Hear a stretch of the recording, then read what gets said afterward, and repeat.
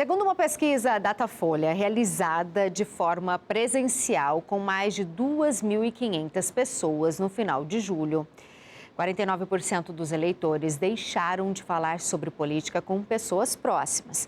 A situação atinge 54% dos que declararam voto em Lula e 40% dos que apoiam Bolsonaro. Do total, 15% disseram ter recebido ameaça verbal e 7% física. Situações de constrangimento por posições políticas nos últimos meses foram relatadas por 54%.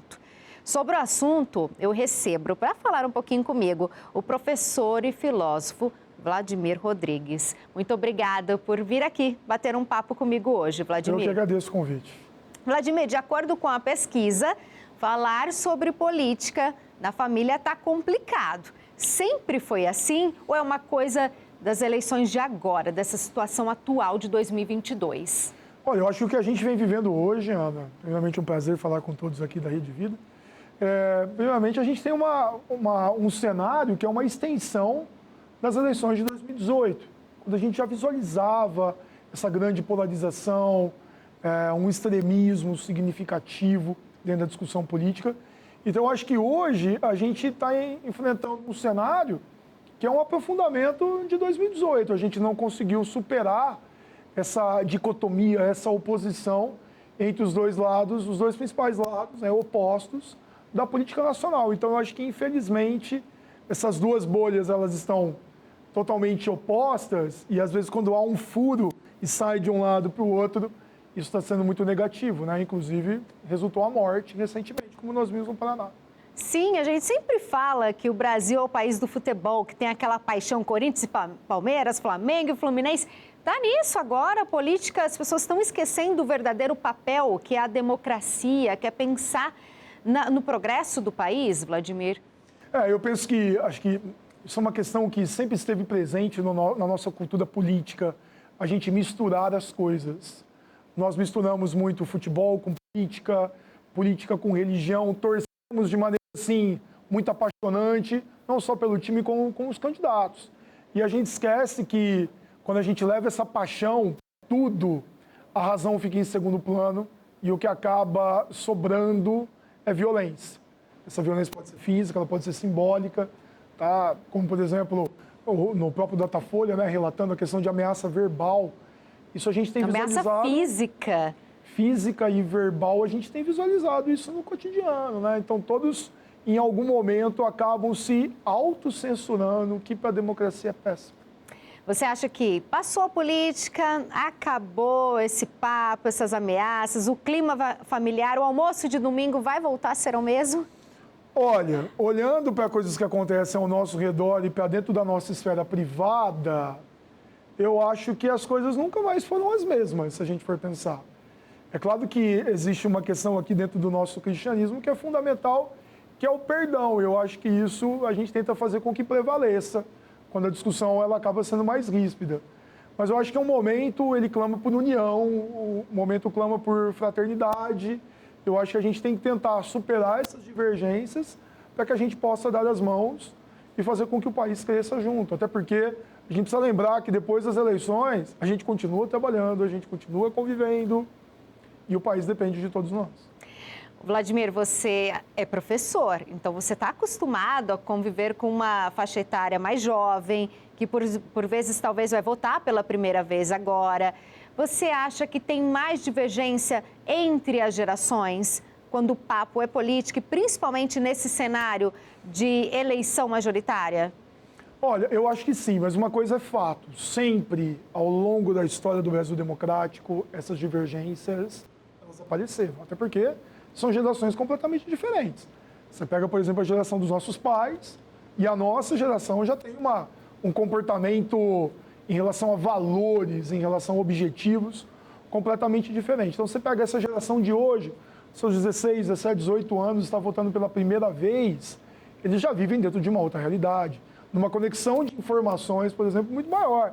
Então, é claro que vai ter conflito, né? Você vê, por exemplo, o jovem tendo um ponto de vista, muitas das vezes, diferente dos seus pais. Inclusive, isso é muito relatado dentro das pesquisas de opinião, como no próprio Datafolha. Agora, o que eu peço é que, acima de tudo, independentemente da sua posição política, é que a gente possa dialogar.